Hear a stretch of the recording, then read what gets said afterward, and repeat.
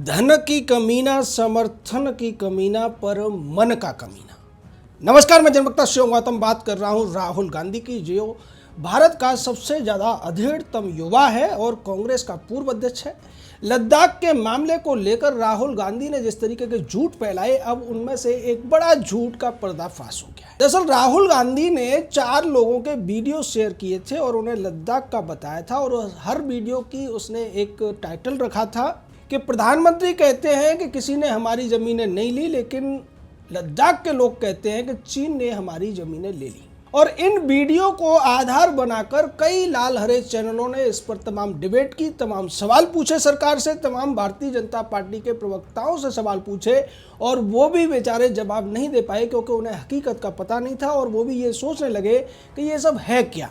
लोग उन वीडियो को अलग अलग तरीके से शेयर कर रहे थे, अलग अलग तरीके से सरकार के ऊपर सवाल उठा रहे थे, और जो जन सामान्य होता है उसकी समझ और उसकी जो सोर्स होते हैं इन्फॉर्मेशन लेने के, वो इतने ज़्यादा नहीं होते कि वो इन सारी इन्फॉर्मेशन का 1 घंटे के अंदर या एक ही दिन में पता लगा ले। और इस तरीके से पूरे देश में एक अफवाह फैल रही थी कि सरकार कहीं ना कहीं तो कुछ छुपा रही है, और इसको लेकर तमाम अखबार से लेकर तमाम टीवी चैनल भी इस बात को हवा देते हुए नजर आ रहे थे। और इसके पीछे भी आपको एक साजिश मैं बता देता हूं कि कुछ बड़े बड़े चैनल ऐसे हैं जो इस तरीके की जो अफवाहें होती हैं उनको बहुत ज़्यादा ब्रेकिंग न्यूज़ करके दिखाते हैं, और उसको ऐसे दिखाते हैं कि इसमें कुछ न कुछ सच्चाई है। ये सारा ड्रामा राहुल गांधी ने क्यों रचा, इसको तो हम पहले ही आपको बता चुके हैं कि राहुल गांधी इस समय पर भारत सरकार पर सवाल उठाकर अपनी खुन्नस निकालने की कोशिश कर रहा है, और साथ ही साथ उस वादे को निभा रहा है जो राहुल गांधी और इसकी मां ने चीनी कम्युनिस्ट पार्टी से कर रखा है 2008 में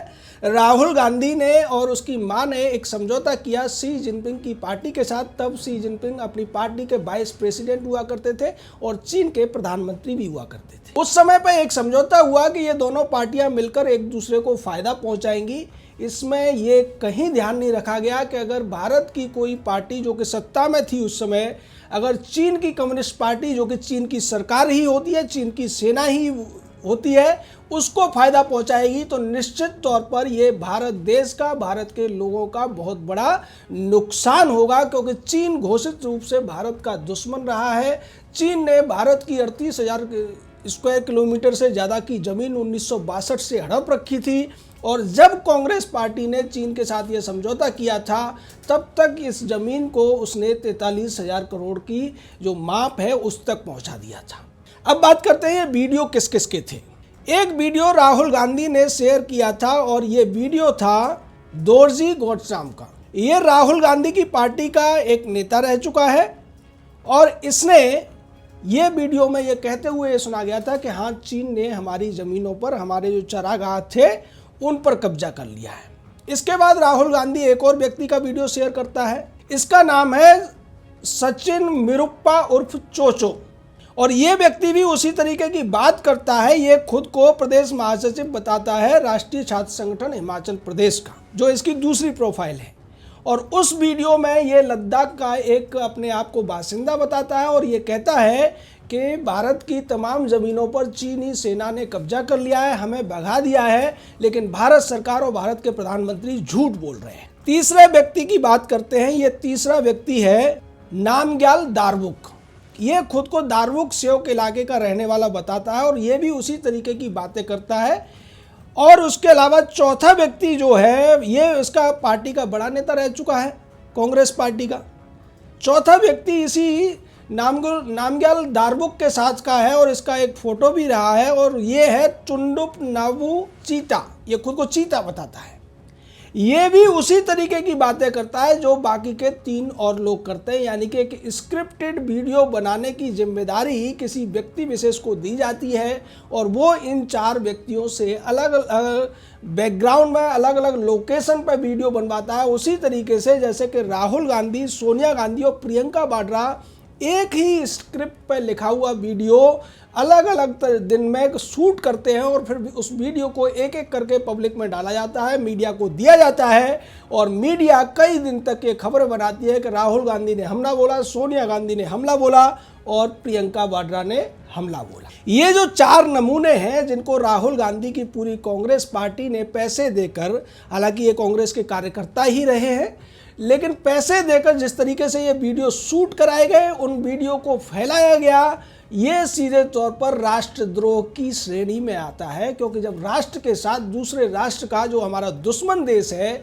उसका संघर्ष चल रहा है, उसका तनाव चल रहा है, सेना के 20 जवानों की जान जा चुकी है, उनका बलिदान हो चुका है, उनके परिवार वाले परेशान हैं और सैकड़ों जवान अस्पताल में अपना इलाज करा रहे हैं, उस समय एक पार्टी है जो कि सत्ता में रह चुकी है। इस देश की ज़्यादातर जो साल रहे हैं आज़ादी के बाद, उनमें कांग्रेस ही सत्ता में रही और वही पार्टी देश के लोगों को गुमराह करने की कोशिश करती है, सेना का मनोबल गिराने की कोशिश करती है और भारत सरकार के ऊपर, भारत के प्रधानमंत्री के ऊपर झूठे आरोप लगाकर देश के साथ साथ अंतर्राष्ट्रीय स्तर पर यह संदेश देने की कोशिश करती है कि भारत का प्रधानमंत्री झूठा है, भारत का रक्षा मंत्री झूठा है, भारत का गृह मंत्री झूठा है, भारत की सेना झूठी है, भारत के तमाम अधिकारी से लेकर विदेश मंत्रालय तक सब के सब झूठे हैं। कोई अगर हरिश्चंद्र का आखिरी बारिश भारत की भूमि पर बचा है तो वो यही इटालियन माँ का भारतीय बेटा है। राहुल गांधी की माँ इटली की रहने वाली है और इसका पुराना इतिहास रहा है। इसका पिता हिटलर की आर्मी से संबंधित था और इसकी माँ मुसोलिनी की जो संगठन था उससे संबंधित थी। हिटलर और मुसोलिनी को द्वितीय विश्व युद्ध के लिए जिम्मेदार ठहराया जाता है। एक नाजीवाद चलाता था, एक फांसीवाद चलाता था, लेकिन ये माँ बेटे मिलकर भारत की जो सरकार है उसी को कभी नाजीवादी कह देते हैं, कभी फांसीवादी कह देते हैं और उसके बाद ये अपने जो कार्यकलाप हैं उनको जारी रखते हैं। इन्हें शर्म नहीं आती कि चीन की कम्युनिस्ट पार्टी से इन्होंने समझौता क्यों किया। आज तक इस बारे में किसी भी बड़े चैनल के पत्रकार ने राहुल गांधी या सोनिया गांधी से सवाल नहीं पूछा है। मैं आज उन सभी को कटघरे में खड़ा कर रहा हूं। उनमें से वो लोग भी हैं जो राष्ट्रवादिता की पत्रकारिता करते हैं, लेकिन उनको ये अपने यहाँ जाने नहीं देते, उनसे सवाल लेने नहीं देते। लेकिन दूसरे जो लोग हैं खुद को स्वयंभू पत्रकार बताते हैं, स्वयंभू निष्पक्ष पत्रकार भी बताते हैं और ऐसा करते हुए वो लॉबिंग के द्वारा मैग्सेसे से पुरस्कार भी ले लेते हैं। मैं आज उन्हें चैलेंज कर रहा हूँ कि वो जाएं और हिम्मत दिखाएं, राहुल गांधी से सवाल पूछ कर आए कि जब 2008 में सोनिया की कांग्रेस और शी जिनपिंग की कम्युनिस्ट पार्टी ऑफ चाइना के बीच समझौता हुआ था, जिस पर राहुल गांधी ने सिग्नेचर किए थे एज महासचिव ऑफ कांग्रेस पार्टी, तो उस समझौते में क्या था और अभी तक कांग्रेस पार्टी ने उस समझौते के ऊपर देश को जवाब क्यों नहीं दिया है। कांग्रेस उस समझौते को कब तोड़ेगी और देश से कब माफ़ी मांगेगी। क्या कांग्रेस के अंदर इतनी हिम्मत है कि वो देश से माफ़ी मांगे कि भारत का 43,000 किलोमीटर का हिस्सा चीन ने उस समय दबाया जब कांग्रेस पार्टी की सरकार थी। कांग्रेस कितनी घिनौनी राजनीति करती है उसको आज फिर समझिए। आज भारत के प्रधानमंत्री लेह लद्दाख में जाते हैं, नीमू के उस फॉरवर्ड पोस्ट पर जाते हैं जिस पर जाने की हिम्मत इतनी आसानी से कोई प्रधानमंत्री नहीं करता है। वो उस समय इंदिरा का एक फ़ोटो डालते हैं और उस फोटो को डालकर कहते हैं कि जब इंदिरा गई थी तो लेह के उस मैदान में सैनिकों को संबोधित किया था और उसके बाद पाकिस्तान के 2 टुकड़े कर दिए थे। लेकिन ये कांग्रेसी ये भूल जाते हैं, लेकिन उस लेह का जो दूसरा इलाका है, एलएसी के उस पार का जो इलाका है, अक्साई भारत का इलाका, उसको अक्साई चीन बनाकर उस समय भी चीन ने रखा हुआ था। तब इंदिरा ने वहां चीन के खिलाफ कुछ भी नहीं बोला। पाकिस्तान के टुकड़े इंदिरा ने नहीं किए थे। पाकिस्तान के खिलाफ पूर्वी पाकिस्तान यानी बांग्लादेश में पहले से विद्रोह था और उसके लिए भारतीय सेना की जो पूरी की पूरी ताकत थी वो श्रेय की हकदार है। इंदिरा कहीं से भी श्रेय की हकदार नहीं है, क्योंकि अगर वास्तव में इंदिरा ने टुकड़े किए हुए होते तो जम्मू कश्मीर का वो हिस्सा जिसे पीओके और गिलगित बाल्टिस्तान का नाम लिया जाता है, उस समय इंदिरा ने पाकिस्तान से वापस ले लिया होता। माना कि चीन उस समय शक्तिशाली था, इंदिरा की हिम्मत नहीं थी कि वो चीन के खिलाफ कुछ कह पाती, लेकिन पाकिस्तान से तो वो सारी ज़मीनें वापस ले सकती थी जिसकी परिमाप है 78,000 स्क्वायर किलोमीटर। ऐसा नहीं हुआ। उस फोटो को देखकर और आज के फोटो को देखकर आप दोनों के चरित्र को समझ लीजिए। उस फोटो में इंदिरा गांधी उसी तरीके से ऊंचा मंच लगाकर भाषण देती हुई नजर आ रही है और तमाम भारतीय सैनिक, वो जांबाज वीर सैनिक जो अपनी जान देने के लिए तैयार थे मातृभूमि के लिए, वो वहां पर पार्टी कार्यकर्ता की तरह जमीन पर बैठे हुए दिखाई दे रहे हैं पालथी मारकर। लेकिन आज की तस्वीर देखिए कि प्रधानमंत्री नरेंद्र मोदी वहां जाते हैं, अस्पतालों में उन सैनिकों से हालचाल पूछते हैं और उसके बाद जब वो उनको संबोधित करते हैं तो प्रधानमंत्री नरेंद्र मोदी जितने ऊंचे सीट पर बैठे हैं उतनी ही ऊंची सीट के ऊपर, उतनी ही ऊंची कुर्सी के ऊपर, तो उन कुर्सियों में कोई अंतर आपको नजर नहीं आएगा। फोटो में गौर से देखिए, यहाँ पर भारत का प्रधानमंत्री भारत के सबसे बड़े सेवक के रूप में बैठा है और सभी सैनिकों को सम्मान दिया जा रहा है। वहां पर कुर्सियां मंगाई गई। प्रधानमंत्री ने पहले कह दिया था कि सभी सैनिक वहां कुर्सियों पर बैठेंगे और ये काम बड़ी जल्दी से हुआ। सारे सैनिक वहां बराबरी से बैठे हुए, सामने बैठे हुए, दूरी का ध्यान रखा जा रहा है।